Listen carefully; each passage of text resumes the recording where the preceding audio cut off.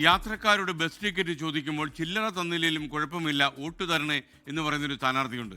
മത്സരിക്കുന്ന ഡിവിഷനിലൂടെ ഓടുന്ന ബസ്സിലെ കണ്ടക്ടറുടെ ജോലിയും വോട്ട് തേടലും ഒരുമിച്ചാണ് ഇത് നടത്തുന്നത്.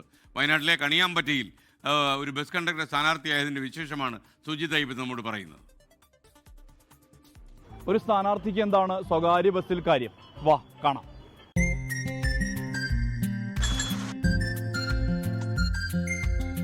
കാലം കുറേയായി bus കണ്ടക്ടറാണ് K Sarath Kumar.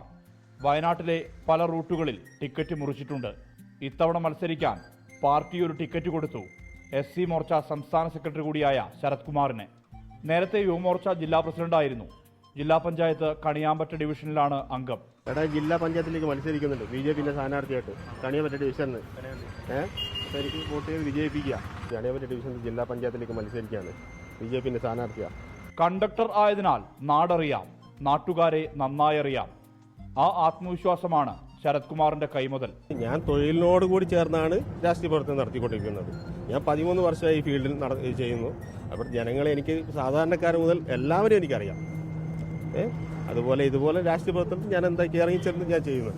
Conductor ticket കൊടുക്കുമ്പോൾ സ്ഥാനാർത്ഥിക്ക് ആശംസകൾ കിട്ടുന്നു. തൊഴിലെടുത്തിട്ടാണ് സംഭവം ചെയ്യുന്നത്. ആണ് മൂപ്പർ എന്തായാലും ആ ഒരു വിശ്വാസം മൂപ്പർക്കുണ്ട് കേട്ടോ. ആത്മവിശ്വാസമുണ്ട്. ജയിക്കട്ടെ.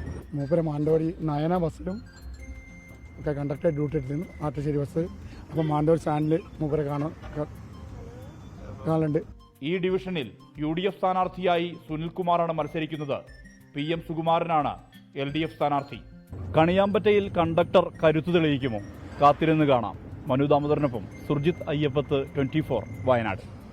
ലോകത്തെവിടെയായാലും ഏത് സമയത്തും 24 വാർത്തകളും ഓഗ്മെന്റഡ് റിയാലിറ്റി പാക്കേജുകളും എക്സ്പ്ലെയിനറുകളും വിശദമായി കാണാൻ ഞങ്ങളുടെ YouTube ചാനൽ നിങ്ങൾക്ക് സബ്സ്ക്രൈബ് ചെയ്യാം.